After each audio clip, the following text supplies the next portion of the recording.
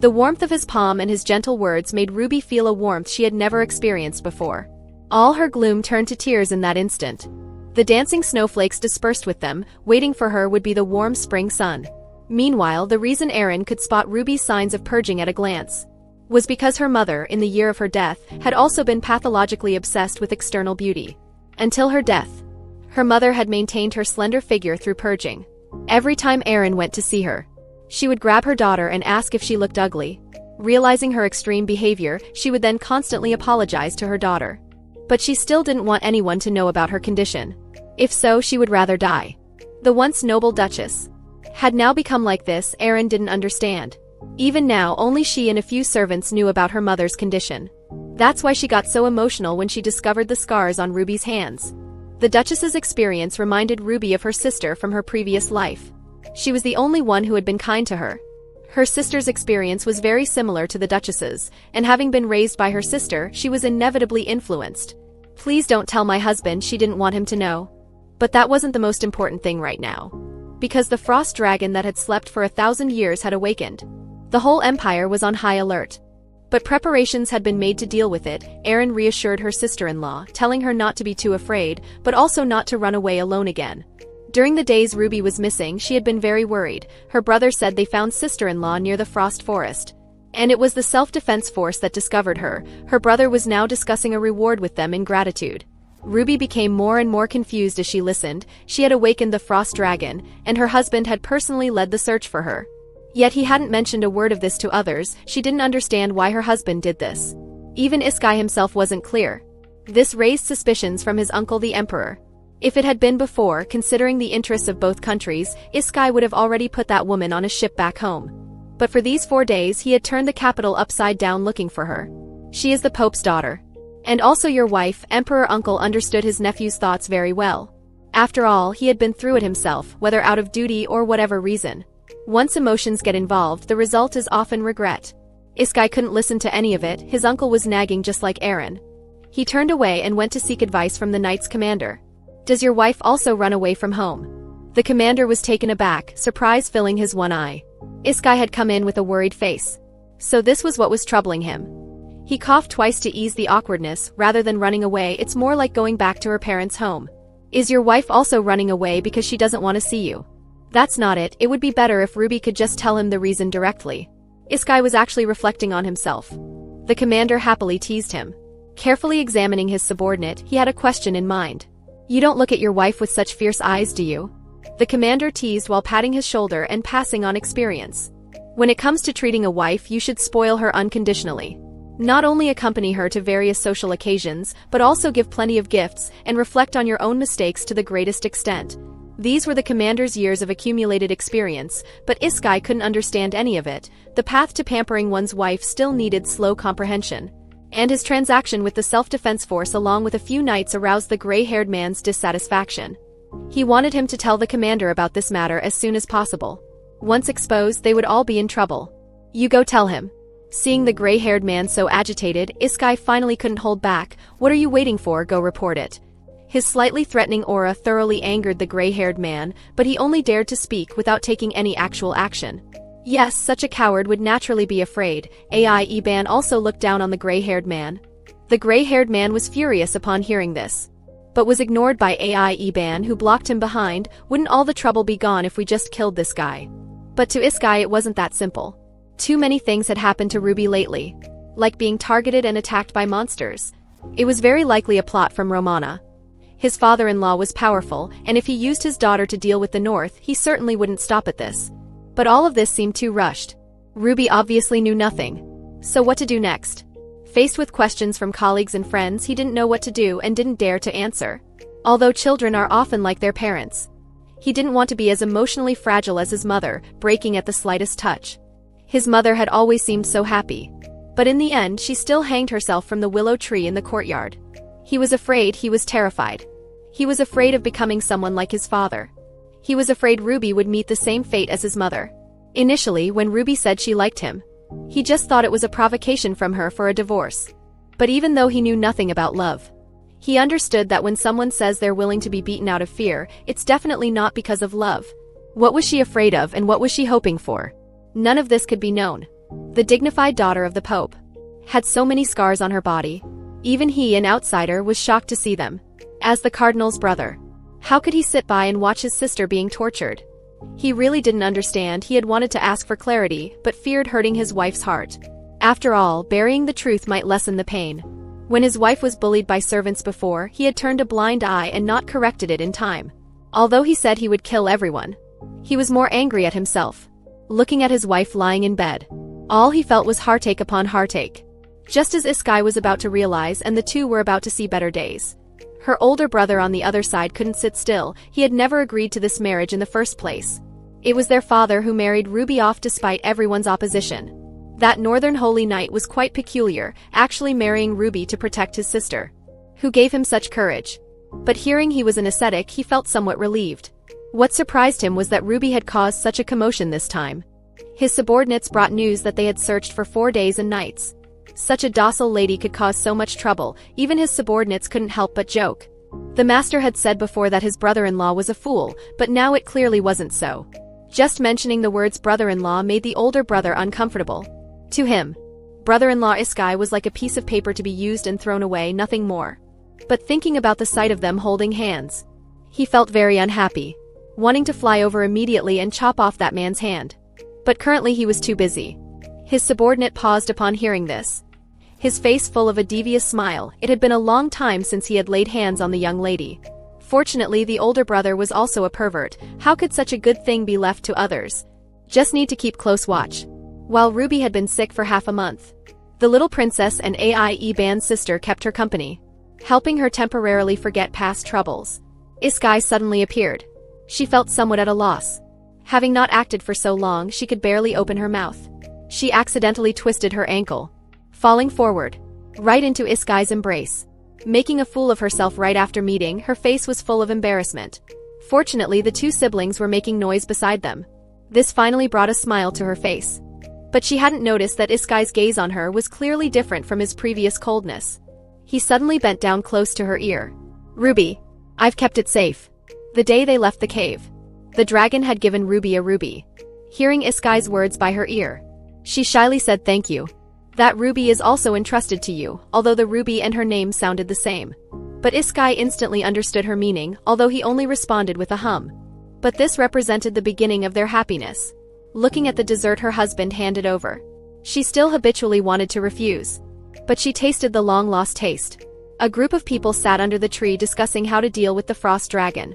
Originally, the temple wanted to make it an event for the sword fighting competition, but it was still just a cub and an extremely rare species. Most people suggested releasing it. The little princess played with her toys. Poor dragon. Ruby felt sad in her heart too. The frost dragon had been awakened by her. Iskai saw all her sadness. He now always wanted to be with Ruby. The two walking one after another, that scene was extremely beautiful. At times like this, he should reach out then take her hand. Thankfully you're all right. After holding it in for so many days, Iskai finally spoke what was in his heart. But to Ruby, such beauty was fleeting. She reminded herself not to have illusions. One small mistake and she would fall into an abyss.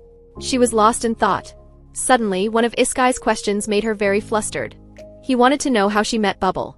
The first time she saw Bubble was at the equestrian meeting. Ruby told him the whole process. He listened silently without a word, and she didn't know what he was thinking. Ruby observed his expression while carefully asking about Bubble and Eagle's situation. She only breathed a sigh of relief when she heard they had returned home, thinking it was over. Unexpectedly, her husband asked about what happened at the temple, like if she had met anyone. She was stunned. She couldn't say she met those two people. She shook her head vigorously. Iskai sighed. He of course knew Ruby had lied. But none of that mattered. He took his wife's hand again, pulling her into his embrace.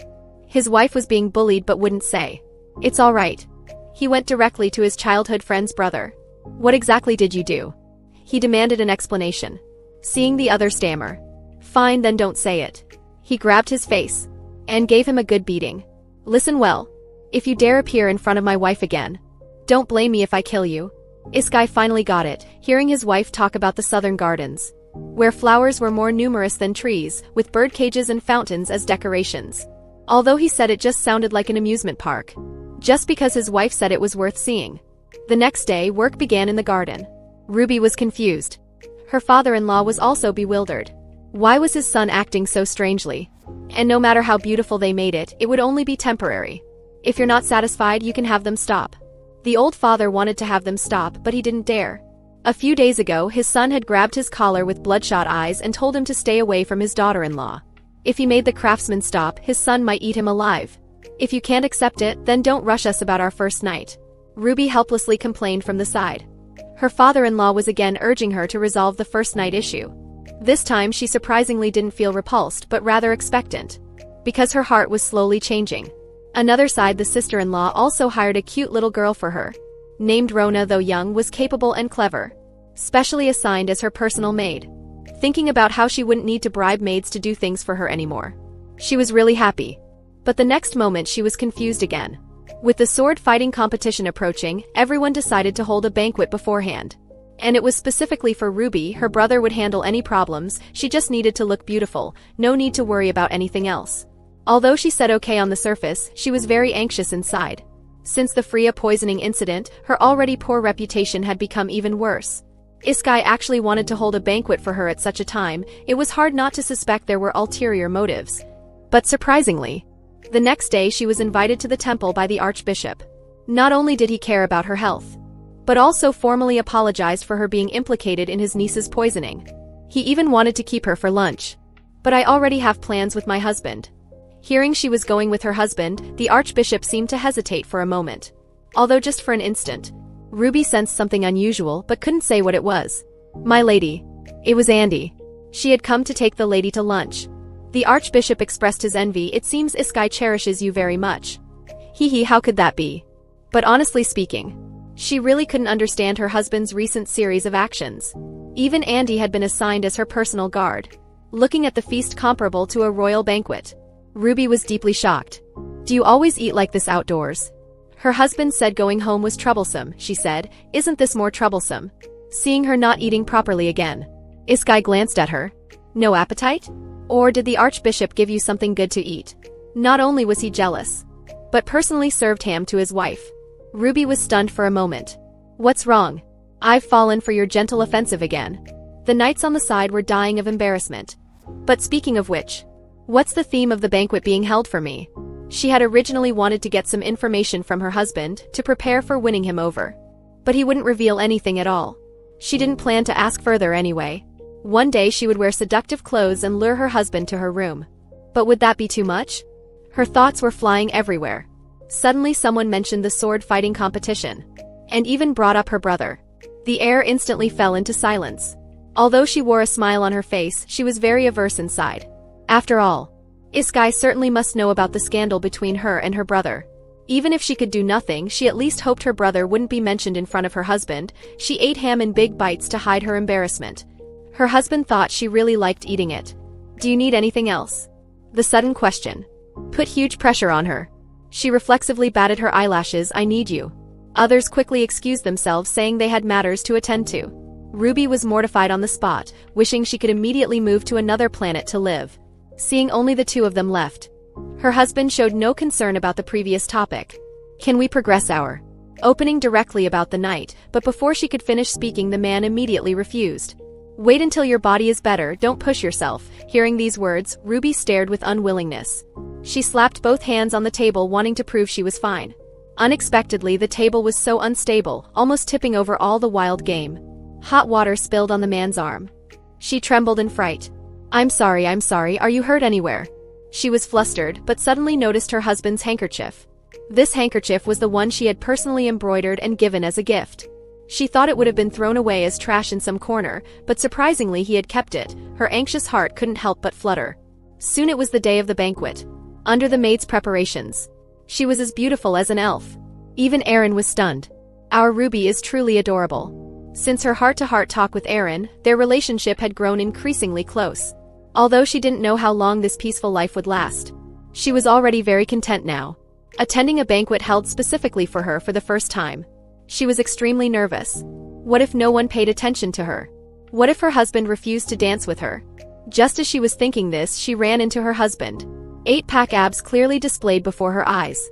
Ruby instantly covered her face, red to her ears. What kind of clothes were these? They were a bit eye-catching. Her husband said he had just finished a mission and hadn't had time to change. So it was battle armor. She couldn't help but wonder who had designed such perverted clothes. While lost in thought, Iskai reached out his hand. The previous 2 banquets he had let his wife go alone. From now on he could never do that again. Ruby finally understood. Her husband was worried about her being alone, that's why he hadn't had time to change out of his battle armor. Staring at the stretched abs. Not everyone could look good in such clothes. Sure enough, as soon as they appeared, the noble ladies started squealing. Their husbands had worn it too, but why was the effect so different? Even the men were envious. Freya appeared for the first time since being poisoned. Although recovered, she still looked haggard. Unexpectedly, Freya's mother had come too. Although she said she just came to say hello. She cast a sidelong glance at Ruby. Seeing the little fairy so pretty. And so good with words.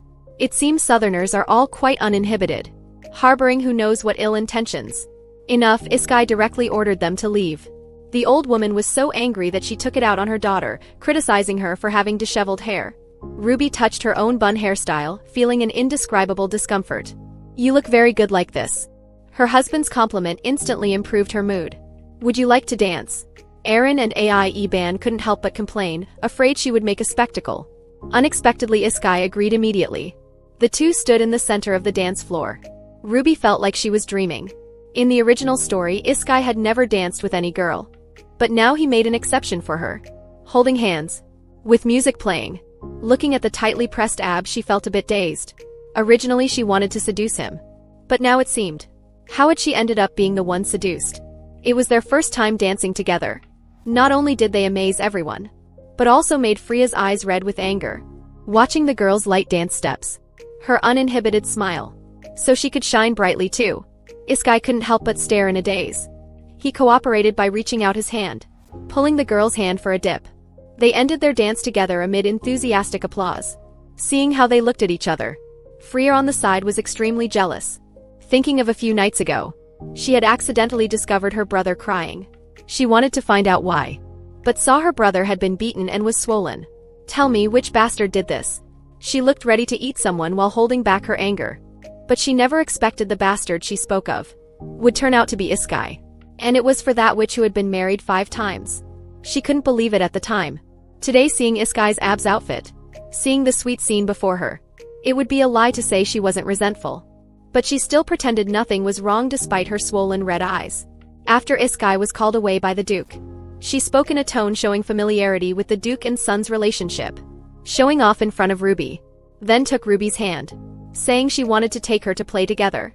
Looking at how harmonious they seemed, one would think their relationship was very good.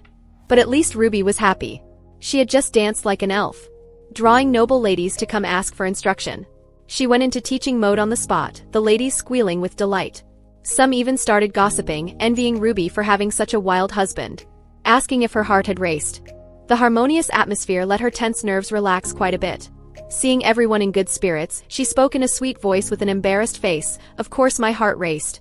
My goodness, this is too sweet. But some people always like to spoil the mood, the blonde lady snorted. She brought up Ruby's recent running away from home. Was it because the relationship was too good, so you couldn't help but create some excitement? Ruby said she was still young and ignorant. She actually elevated it to a matter of national customs. She just hadn't expected Ruby to play dumb very effectively. Although she answered all questions, they weren't really answers to the questions. Since nations were mentioned, she brought up her beloved brother. A few words made the other shut up. In any case, it's good that you've returned safely. Faced with everyone's concern, she smiled in thanks. Her adorable appearance happened to catch her sister-in-law's eye, who couldn't help but reach out to touch her. Ruby turned her head in confusion. Ah, sorry. Seeing her sister-in-law's embarrassment, she still hadn't figured out what happened. At this time, someone else brought up Freya being poisoned.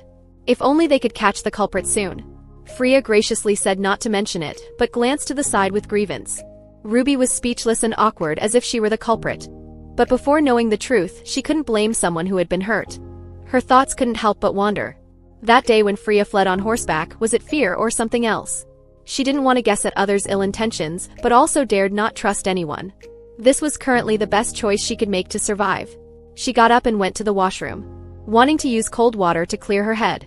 Recent events had made her increasingly anxious. Although still unclear whether Iskai's feelings for her were a passing fancy, pity, or some other emotion. But at least when she ran away from home, he had seriously looked for her and hadn't hurt her monster friends. So she decided to give it a try. Tonight she must win Iskai's heart, let the rice be cooked. But before she could leave the bathroom, mockery came from several women outside. Just moments ago they were smiling and asking to learn dancing from her. But in the blink of an eye, she's now gossiping behind her back about how experienced she is at finding men, mocking that she hasn't been loved by her husband in half a year of marriage. Looking at those bitter, sour faces, it really is quite irritating. The best way to deal with these wagging tongues is to simply pull back the curtain, making them feel embarrassed and afraid. While everyone was still racking their brains trying to defend themselves, she burst into tears first, sobbing, "I never thought you'd think of me this way.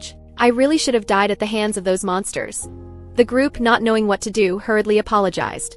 But it wasn't over yet. Ruby walked out tearfully, saying she would go find her husband to get a divorce, perhaps then they wouldn't hate her anymore. When the women heard this, their hearts stopped in their throats. Seeing that consoling wasn't working, one by one they started crying too, repeatedly apologizing and begging for forgiveness. See? Teaching someone a lesson doesn't always require a slap. Sometimes these subtle methods can be more deadly. Once she felt the timing was right, Ruby wiped her nose and eyes, smiling as she promised not to mention divorce to her husband. And they were even grateful to her for it. After she finished her performance and walked out, the banquet hall's balcony passage was already packed with people, looking at the dazzling fireworks. But she wasn't in the mood to appreciate them. Her mind was entirely focused on how to spend the night with her husband. Unexpectedly, while moving through the crowd, someone called her name from behind. Then came a sudden thud. Her painful scream was perfectly covered by the sound of fireworks. By the time Andy found her, she was in too much pain to stand. All she wanted was to seek comfort from her husband. But when she finally made it to her husband's side, she accidentally stepped on the hem of her dress. Her body tilted forward, and she fell right onto her husband's long legs. In front of so many people, she felt utterly embarrassed. She buried her face in her husband's embrace, refusing to get up, wishing she could find a hole to crawl into. It was just a fall. But it was so embarrassing. "It's all right, be good, lift your head." With her husband's encouragement, she finally slowly raised her head. Her husband saw tears at the corners of her eyes. "Why are you crying? You haven't gotten into trouble again, have you?" Though her husband's words left her speechless, she said, "I hurt, so I missed you." When asked where it hurt, she couldn't say, worried tonight's first night would be ruined. But now she couldn't suppress her desire for affection anymore. Like a child with teary eyes, she said, "My foot hurts." Only when she took off her shoes did she discover her toes were badly swollen and even bleeding. Seeing her husband's murderous expression, she shuddered in fear, though not understanding why he was so angry. But right now she needed to calm him down. She slowly reached out her hand, crying out, "Husband," then threw herself into his arms. She explained that she hadn't been threatened or schemed against, she just missed him too much. The entire banquet hall suddenly fell silent. Everyone held their breath, not daring to move. Iskai, who they thought would be even angrier, suddenly let out a sigh of relief. After handing over the investigation of the foot incident to Andy, he canceled the banquet. While Ruby was getting her wound treated, she was filled with regret. Would tonight's plans be ruined? As the maid bandaged her wounds, she was too scared to lift her head, thinking she would surely be scolded by Iskai. Or perhaps like before, he might want to send her back to her family. When she tried to sneak a peek at the situation, she caught sight of a turtle ornament nearby. Fear instantly permeated every nerve. Painful memories suddenly flooded her mind. It was 3 years ago when her father wanted to marry her off to a certain duke. Her brother was sent to persuade her, but she firmly refused. Later she felt guilty and wanted to apologize to her brother. But when she opened the door and peeked out, she was terrified by what she saw. Her brother, covered in blood, was smiling. In his hand was a small bird that had been tortured to death. That was the first gift she had received from family since coming to this world. She desperately ran forward screaming, but was held back tightly by the maids. And so, she watched helplessly as the small bird was thrown into a glass tank, then devoured piece by the turtle. "This is what happens when you defy me." Since then, she developed a psychological trauma, and without mental preparation, she would break down emotionally like she was now. She didn't dare tell anyone. But she didn't know. Her unusual behavior was quickly noticed by her husband. When the maid finished treating the wound and was about to leave, "Wait, take that turtle ornament away too." Before she could react, her husband sat down beside her, thoughtfully helping her wipe away cold sweat. This made her grow bolder. As long as she could win over her husband tonight, she didn't care about losing face. I want to be with you forever. So tonight I especially want to be alone with you." Seeing her husband not responding, she hurriedly waved her hands, "Never mind if you're busy." But unexpectedly, her husband became shy, his ears turning red. "Let's take a walk first then." So she was carried by her husband to the courtyard. At first, this place was just a bunch of bare tree branches. Now it was filled with flowers of various colors. Beautiful like a garden in the sky from a novel. The couple sat on a long bench. Ruby couldn't hide her happiness. Before she could say thank you, her husband suddenly took her hand. Oh my, so sudden? But the expected kiss didn't come, instead a bracelet was placed on her wrist. It was said to promote health and had healing properties. As soon as he finished speaking, he gave her a golden key. Learning that this key could open the treasury and she could freely choose treasures. She trembled in fear. How could I dare? That was the place storing the family's precious inheritances through generations. But her husband proudly said, because it's you, I agreed. Ruby clearly understood the weight of this key, feeling indescribably touched. Why was her husband so good to her? Thank you so much, I really like it. She couldn't help but kiss him. But now her husband was telling her to rest early. Hearing this, it seemed he was going to run away. No, I don't want to. She tightly wrapped her arms around her husband's neck. But I'm scared. Hearing the words I'm scared, Iskai agreed to stay. Originally she wanted to seduce her husband by keeping her big eyes wide open. Then acting spoiled and insisting on staying alone together. But she was suddenly picked up. She could clearly feel her husband's displeasure. Thinking she had failed. Unexpectedly, she was carried to her husband's bathroom. Her husband told her to sit quietly and wait. What was he planning? Her confused face became even more confused. The maid helped her change into a bathrobe, and said the young master would personally help her bathe. She was quite shocked. Could it be that he had interpreted her request for companionship as helping her bathe? She really couldn't imagine what that scene would be like. Well, she might as well wash up and go to sleep by herself. Unexpectedly, after humming a few bars of song, her husband suddenly appeared beside her, and dressed so provocatively. While she was still startled, he had already begun the bathing process. Watching her husband seriously selecting shampoo, she finally confirmed that he really was going to help her bathe. This was a good opportunity to improve their relationship. She racked her brains. Maybe she should just pounce on him from behind? But when he turned around, she lost her nerve. Doing that would probably result in her hair being pulled out. So she sat obediently and let him attend to her. Although her hair was always pulled and made her scream. Somehow, every time the soap bubbles touched her skin, she felt an indescribable feeling. It was a strange and itchy feeling. Though the man's bathing technique was clearly terrible, she found it incredibly comfortable and warm.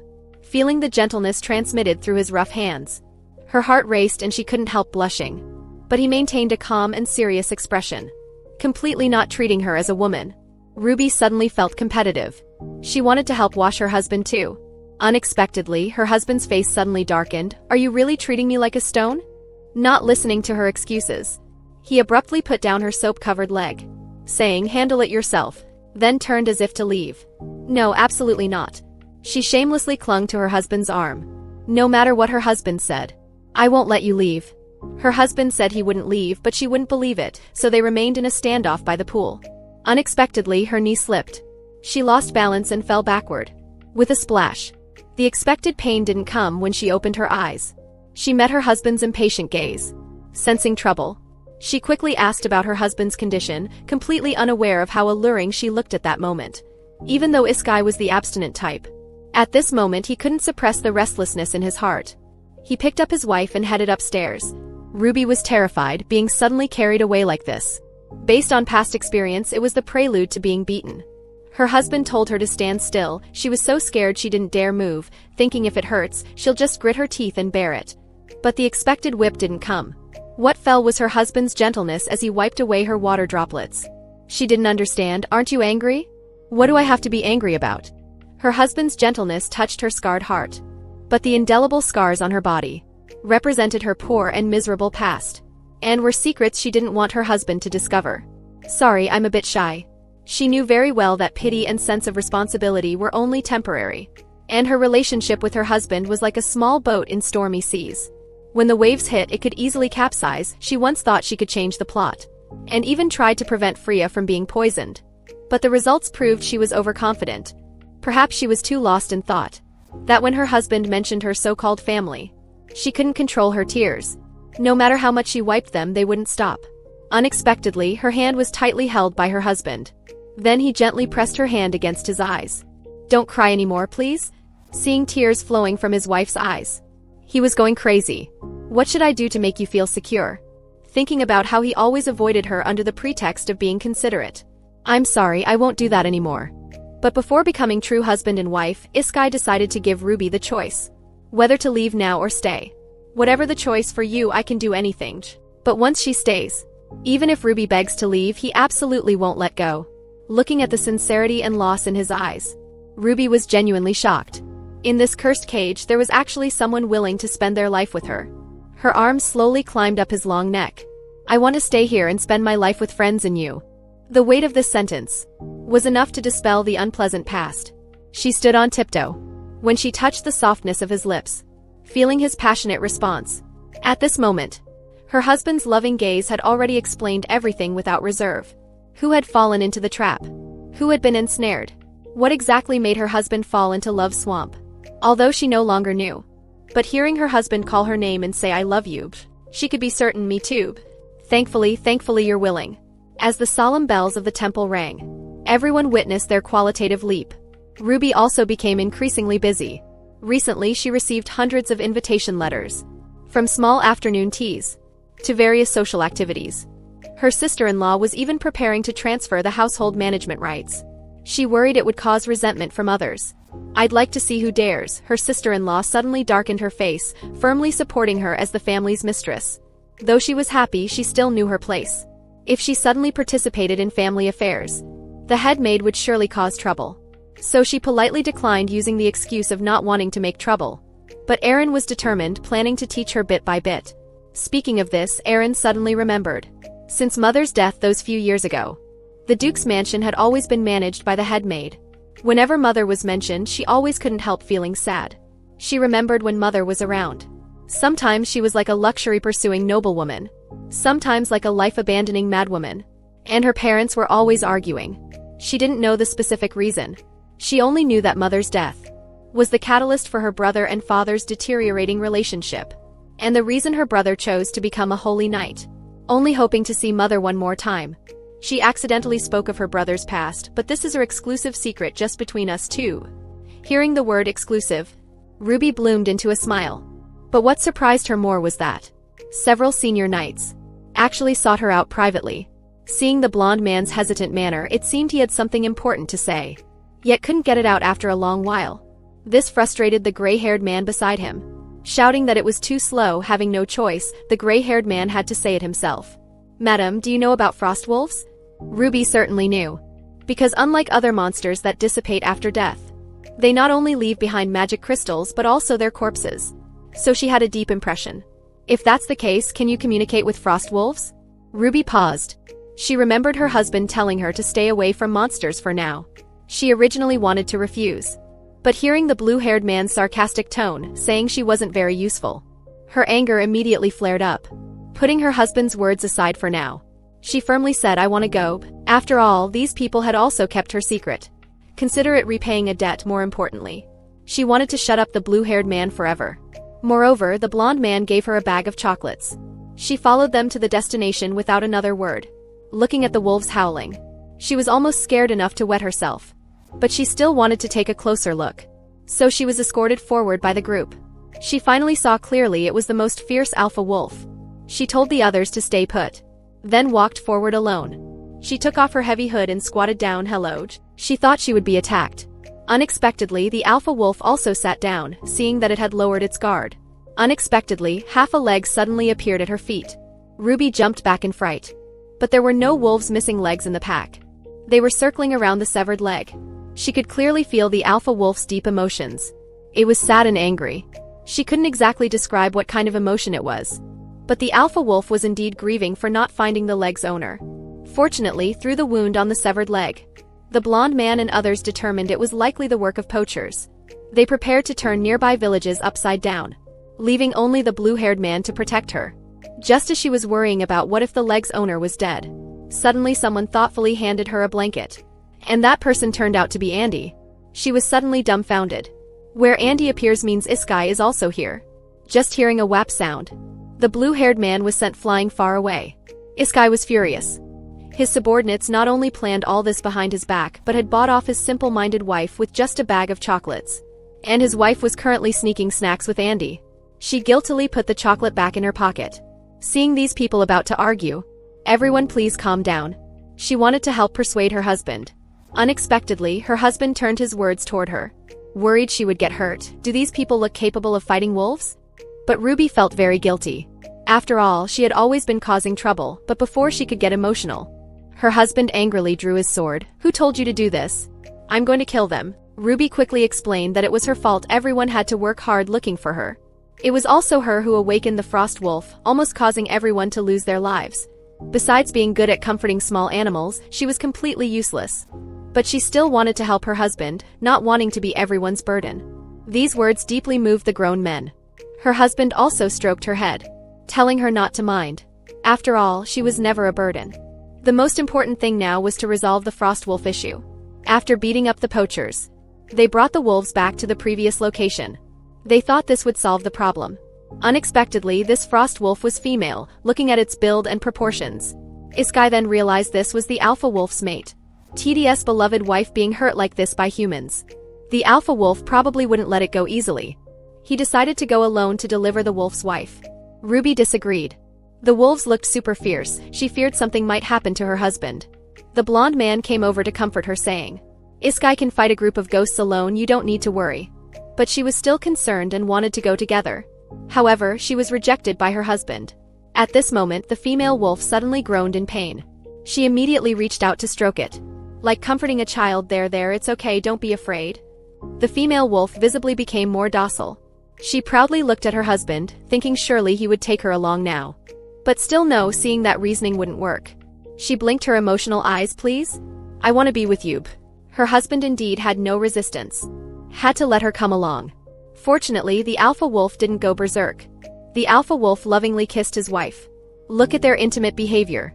Their relationship was even more enviable than human couples. But what was more surprising was that the blue-haired man, who usually didn't think much of Ruby, actually said words of thanks. This made Ruby very happy.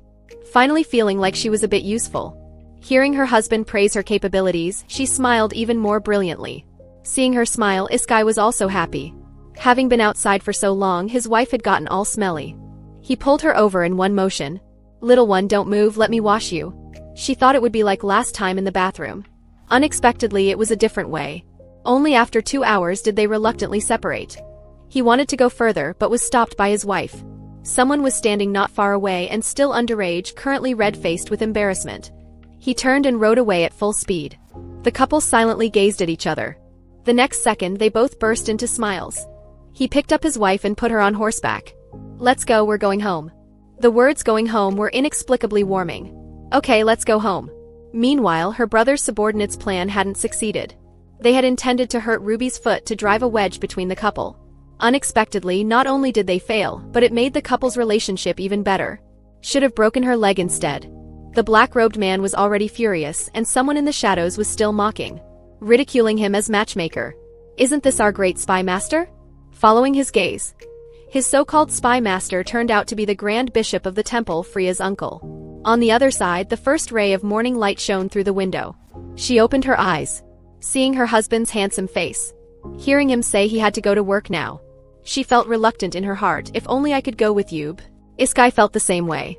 His gentle kiss fell on his wife's face, repeatedly cautioning her not to leave with her monster friends or be lured away by chocolate again. He was completely worried about his silly wife. After all, they still lacked understanding. So if you want anything, you must tell me. Looking at his wife's slightly reddened smile, he reached out, gently holding her tightly in his arms. You must wait for me obediently at home. Her husband suddenly becoming so gentle, Ruby felt truly content for the first time. Even if it all turned out to be just a dream in the end, she was willing to sink into this happiness. Today she was to host her first tea party. Unexpectedly, while she was getting dressed, her father-in-law came to visit. The first thing he asked about was the treasury key. Could it be he wanted it back? Later she learned that he was actually worried his son was too rigid. So he came specifically to tell her she could take whatever she wanted from the treasury. Only after seeing the bracelet on her wrist did her father-in-law finally feel somewhat relieved. Though this bracelet looked unremarkable, it was actually the family's ancestral heirloom, made from a dragon's heart by their ancestors. Only the lady of the house could possess it. Ruby was shocked. Such a brilliant jewel was actually a dragon's heart. Thinking of her father-in-law's displeased expression at the banquet, could it be he was unhappy seeing her wear this bracelet? So she tactfully tried to return it. Unexpectedly, her father-in-law seemed to read her mind. He explained his anger at the banquet was actually because he saw his son dressed inappropriately, for which he apologized on his son's behalf. Perhaps knowing his son was too awkward with words. He wanted to know Ruby's true feelings. Whether she liked this place or liked Iskai as a person. Ruby paused. Then immediately went into acting mode. Of course I like your son, I fell deeply in love with him at first sight. Are you sincere? Seeing her father-in-law's expression, he seemed unconvinced. Because Ruby always gave people a cautious feeling, just like his deceased wife. Being so easily struck at her heart's wound, Ruby never expected her father-in-law to be such a sensitive person. So she threw away her false mask and responded sincerely, I am sincere. Looking at her father-in-law's satisfied departing figure. She felt somewhat sympathetic, but being accepted by her husband's family made her more excited. In the afternoon, the tea party was held in the waterside pavilion Iskai had built for her, drawing great envy from the other ladies. This might seem like showing off, but her sister-in-law insisted that with such capabilities, one should be high profile. But someone's presence made her feel completely uncomfortable. Wherever Aaron was, Freya would definitely be there. Originally a very beautiful face, but she just had to open her mouth. When others were marveling at how much Iskai doted on his wife, she said, a person suddenly changing can be fatal. What was originally a harmonious tea party was almost ruined by her sarcastic remarks. Fortunately, the blonde man suddenly arrived, making everyone shift their attention. He said he came to pick up his sister. But Ruby knew very well this was just an excuse to see her sister-in-law. However, she hadn't expected. As soon as the blonde man said he was leaving, the ladies left in droves. Now she finally witnessed the charm of a handsome man. But her mind was on those two little ones who always dropped things when they came to play. She carefully looked around. Sure enough, there was a small hairpin on the ground. Just as she was feeling helpless, Freya suddenly appeared from behind. She only then realized this person hadn't left. Hearing Freya praise the pavilion Iskai designed for her, she outwardly responded perfunctorily while inwardly thinking, just get lost already. Unexpectedly, Freya changed her tone. Are you satisfied? Seeing she didn't quite understand, Freya darkly repeated, are you satisfied now? Or rather, are you happy now? She even mocked Ruby for being too cheap, ready to throw herself at any man who showed her the slightest kindness. If that's the case, wouldn't you be just as happy with a different man and a different marriage? Seeing Ruby not taking the bait, are you really not understanding? Or just pretending not to understand? Iskai is the king's only nephew. With the king having no son, Iskai is the next monarch. The princess from some small place. How dare you say you're worthy of him? She even started preaching, saying things like first love is like intestinal poison. Iskai was just bewitched by Ruby's doll-like beauty. So-called love was as fragile as flower petals that couldn't withstand a single blow.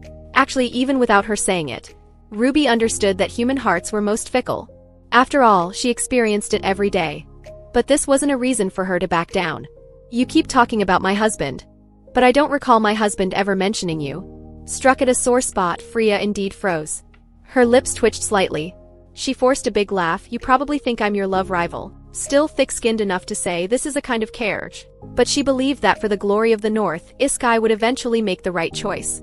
Heh, that sounds so nice. Putting on a hypocritical pose just to express that she should be Iskai's rightful princess. Ruby finally stopped tolerating. She stepped forward one step at a time. Actually, you're afraid of losing Iskai, aren't you? I never expected the noble Lady Freya would have a habit of eyeing other people's husbands. She thought saying this would make her have some shame and disappear quickly. But she still underestimated the other party's bottom line.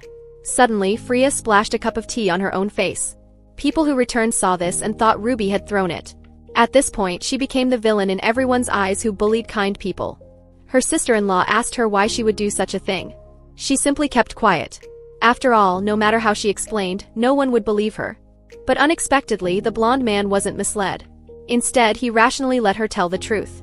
Seeing her lowered head, her sister-in-law also became anxious. Just say something. Freya interjected from the side, let it go. After all, I don't want to make a big deal out of this. It wasn't me.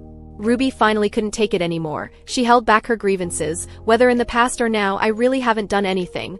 She thought that becoming true husband and wife with her husband would let her have family and kinship. Even when Freya falsely accused her, she still tried to explain. But as long as Freya said a few pitiful words, no matter what she said, nobody believed her, the outsider. Even her sister-in-law's final look seemed to say, I'm so disappointed in you. Everything she tried to cling to was like the sunset streaming through the window. Though it didn't belong to her, for a moment it did fall upon her. Although she tried to convince herself to adapt, her heart still couldn't stop feeling scared and sad, afraid of being driven away by her husband again. After trying so hard, she still wasn't trusted. The tears she had held back for so long. Finally, she fell in streams when she heard her personal maid's concern. She suddenly buried her head in the maid's embrace, quietly venting the grievances in her heart. Perhaps because she was already disheartened, she couldn't even muster any hatred for Freya. After all, she was the novel's female protagonist, the male and female leads were meant to be together. She went to the greenhouse garden to clear her mind, thinking of all the warm moments with her husband. She still couldn't bear to give up like this. She thought if she sincerely reflected and begged, perhaps her husband would show mercy. Unexpectedly, the head maid's sudden appearance made even her last hope of begging disappear. It turned out that to change the head maid's view, Aaron had told her about Ruby's eating disorder secret. Ruby could actually understand. After all, to Aaron, the head maid was someone she relied on more than her birth mother. But the head maid betrayed Aaron's original intention. Under the banner of doing what's best for her master, she said Ruby was just like the Duchess, nothing but trouble. She even said if the position of lady of the house was cursed. So she hoped the madame would leave. This surprised Ruby immensely. The head maid who had always served the Duchess actually felt relieved about the Duchess's death. But why did she want her to leave? I would rather die than leave this place. All that nonsense about first love being like poison. Dreams making people lose sight of themselves. Casually interpreting others' feelings and trying to use these thoughts to drive her away. On what grounds? She was the rightful mistress, yet being threatened by a servant to get lost. She directly slapped the other party to teach them a lesson. The old maid's face fell along with her glasses being knocked to the ground. The assertive Ruby made the old woman suddenly dumbfounded. So you were pretending all along? What's wrong? Isn't this what you hoped for? The old woman shouted that she would report to the young miss. Then go ahead. She stepped closer one step at a time. She really wanted to see. How could a mere head maid contend with a princess of a nation? If it weren't for Aaron's sake, I would have ripped out your tongue long ago. Watching the old woman leave, gnashing her teeth, she knew this brief happiness was about to end. After her husband returned, she cried and said she was wrong. She told him to go find someone he truly cared about. But she didn't know that the person he truly cared about had always been her. Whether it was the first time he asked her to return to her family, or that instinctive gesture of pushing her away after Freya was poisoned, it was all because he feared she would be in danger again. Feared she would be contaminated by the poisoned blood. As she listened to her husband apologizing and clearing up all misunderstandings, Ruby was completely shocked. Feeling his sincere heart, tears of grievance rolled down her cheeks. She punched his chest again and again, repeatedly saying it wasn't her doing. Why do people always target me? She howled loudly. This broke Isuke's heart completely. Yet he could do nothing. He had merely gone out to work. When he returned and heard from his sister about the tea party, he frantically ran back to their room. But his wife wasn't there. The maid said she went to the greenhouse. He ran there like lightning. But it was pitch dark all around with no sign of Ruby. He was terrified at that moment, thinking his wife had run away again like before. Suddenly there was a splash of water. He saw the person he held dear in his heart. And finally his worried heart could rest. He quietly approached Ruby from behind. What are you doing here? This time he spoke without any blame. Instead, he teased if she was playing hide and seek with him. So what about the reward? Ruby was stunned. How about I give you a kiss? He chuckled gently, leaning down and bringing his face closer, saying come on then. He was like a light, dispelling the fog in Ruby's heart. She stood on tiptoes and kissed her husband's lips, thinking he knew nothing. Or perhaps he was testing her. But either way, this kiss might be their last sweet moment. Thinking of this, she began to cry sadly. Whether her husband believed her or not, she wanted to say she had done nothing wrong. Neither in the past nor now. I really haven't done anything. Isuke seemed to see Ruby back in that cave again. Fortunately this time, his usually harsh mouth finally learned to speak properly. Not only did he choose to believe without reason, but he also explained all the misunderstandings accumulated for so long. Looking at his wife's hands that had just punched him, he worriedly caressed them, wondering if they were hurting. Another kiss fell as he spoke. He felt remorseful. Ruby also felt heartache. She stared at the wine in her husband's hand. She grabbed it and took several big gulps. The strange, unfamiliar taste shot straight to her head, making her feel awful. Isuke chuckled mischievously. He poured a little more wine into the coffee. Indeed, this taste was much better. Her husband's gentleness made her begin to hesitate. The things Freya said earlier in the day, and their argument. Should she tell Isuke about it? But she was afraid of not being trusted. of losing everything in an instant and returning to square one. Faced with her husband's questions, she still lacked the courage to tell the truth. But Isuke was worried about hurting her, because in a few days there would be a grand sword-fighting ceremony. But the scenes of hunting monsters would be cruel. Isuke couldn't prevent Ruby from attending, so the only thing he could do was end the competition quickly, win first place and give her the flower of glory. That way no one would dare look down on or bully her again. Ruby was stunned that her husband would risk his life to participate in the competition, just to prevent her from being bullied. In that moment she finally understood why her husband had always prevented her from encountering monsters, and why he was so angry when she ran away with Bubble and was found. It was all because he feared she would end up hurt and heartbroken. But she still wanted to test and confirm one more thing. She called out to Isuke and told him everything that happened today. Isuke knelt before her, vowing to silence those who bullied her forever. Even if it sparked a family war, it didn't matter, as long as it could make his wife feel a little better. He was willing to give everything. He gently caressed his wife's hand. So please tell me, what should I do to stop you from hiding away to cry? His eyes were full of earnest desire. But Ruby felt unworthy. Hot tears fell one by one. Feeling that the happiness her husband gave was too dreamlike, she didn't dare have too many expectations. She had lived 2 lives. But in both lives she was abandoned by her parents, unwelcome wherever she went and never trusted by anyone. So when she spoke the truth about what happened during the day, because she feared becoming bothersome, she instinctively omitted the process, habitually stating only conclusions. If the other person showed even slight displeasure, she would take all the blame upon herself. But her husband held her hand. Please don't worry about anything except yourself, because you are very important to me. So tell me slowly everything that happened today, everything you heard. But even simply recounting the facts was very difficult for Ruby. After hesitating for a long time, she finally squeezed out one wish. Please don't grow tired of me. After all, they all said that Isuke's love for her was like an ephemeral bloom, that he would eventually grow tired. She had tried hard not to be affected. But those who said these things were all people very close to Isuke. So regarding Isuke's feelings for her, she became a bit uncertain. This made Isuke feel a moment of pain. When Ruby made that wish, he felt both heartache and complete helplessness. Understanding his wife's insecurity, he could only stand up and kneel on one knee. His warmth healed Ruby's wounded heart. She kept kissing her husband's hand while saying thank you repeatedly. What a silly girl. What is there to thank for? I will always stand on your side. Hearing her husband's urgent words, seeing those loving eyes, she still couldn't believe it. Did she really deserve to be loved like this? What if one day she did something very bad? Would her husband still stand by her side?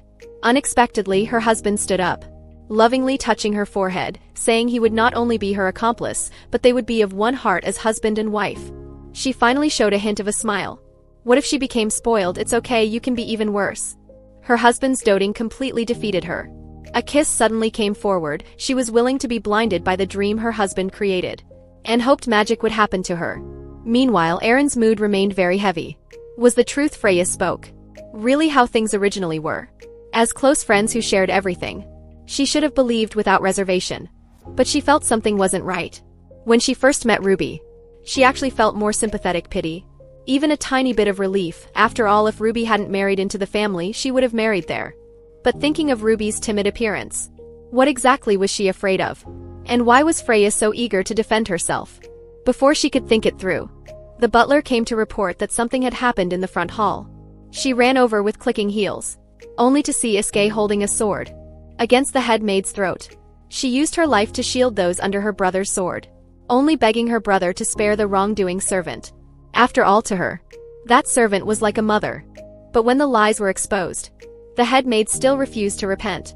She pointed at the gardener who testified, saying that he was the liar. Isuke was furious.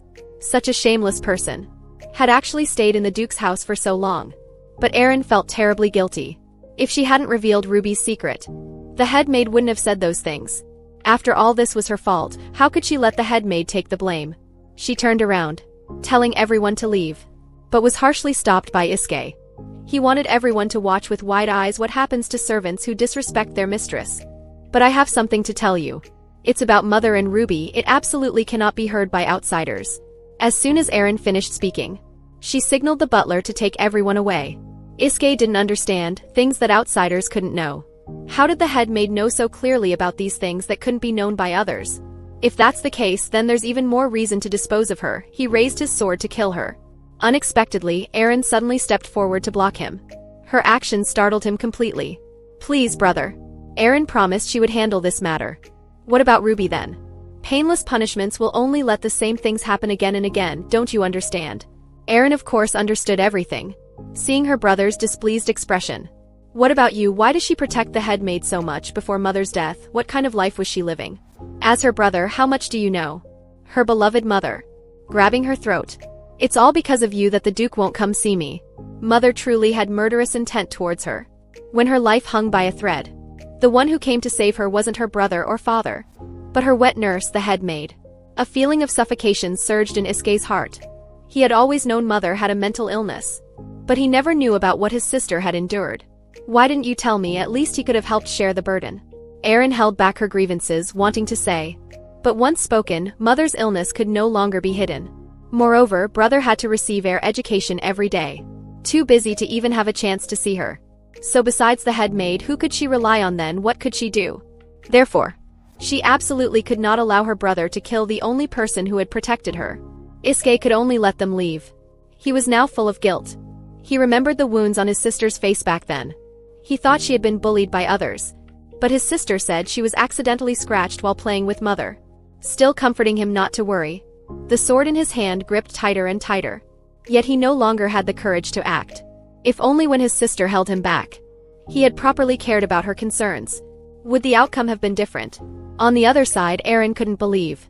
The wet nurse who had cared for her like a mother since childhood was actually a person full of evil intentions, and even tried to deceive her. In the end, saying it was all for her own good. But how could that be considered good? Aaron's heart was bleeding. Why did you lie? Why did you smear her deceased mother?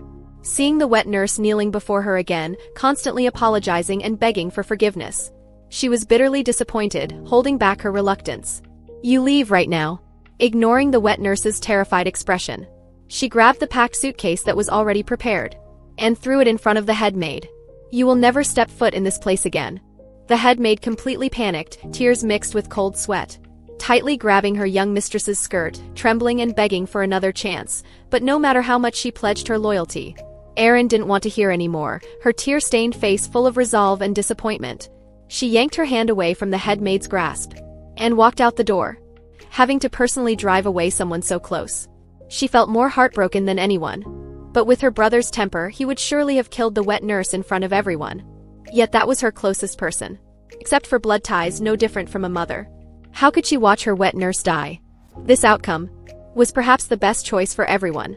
After secretly seeing off her wet nurse, unexpectedly Isuke came to her door, looking at his sister's cold back. His brows were full of heartache. He hadn't noticed any of his sister's childhood experiences. Although he knew it was too late for regret now, he still wanted to understand what exactly mother had done to his sister.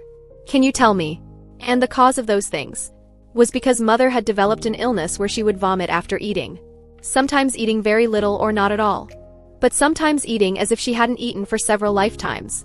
Out of concern, Aaron went to check on mother's condition, only to see mother forcing herself to vomit. She grabbed Aaron, threatening her that if she dared tell anyone, she would kill her in front of everyone. But she never blamed mother. After all, mother was just ill. Those eyes tortured into emptiness. She still remembers them to this day. Isuke listened with horror, yet felt completely helpless. But besides you, did father know about these things? Who knows? Aaron had no hope in father. After all, she had barely seen father a few times back then. Speaking to this point, she suddenly felt some pity for her brother. Perhaps this is just how married couples are. If one party is determined to hide something, the other party won't know at all, just like now. Now? Isuke had a bad premonition. That's right. Ruby's current state is just like mother's back then. Aaron told Isuke about Ruby's forced vomiting. Finally knowing the truth, he was completely furious. The shallow bite mark on his wife's hand was actually a sign of forced vomiting, because the symptoms were the same as his deceased mother. When she first saw it, his sister had already guessed roughly, but he had thought his wife just wasn't in the mood to eat properly. No wonder she couldn't put on even a bit of weight. When his sister revealed the truth, Isuke felt his heart being pierced. He couldn't help but start to feel afraid. He remembered father saying then that mother was just feeling a bit unwell. When he became a qualified heir, mother would get better and he would be able to see her. But what he waited for was his mother hanging herself. Seeing father crying while holding mother, he felt no sympathy, instead feeling everything was father's fault. So, to prevent the scene before him from happening again, he had always rejected various women until he got married with Luby to protect his sister. It was just taking one step. But his thoughts began to waver. He was afraid of following in his father's footsteps.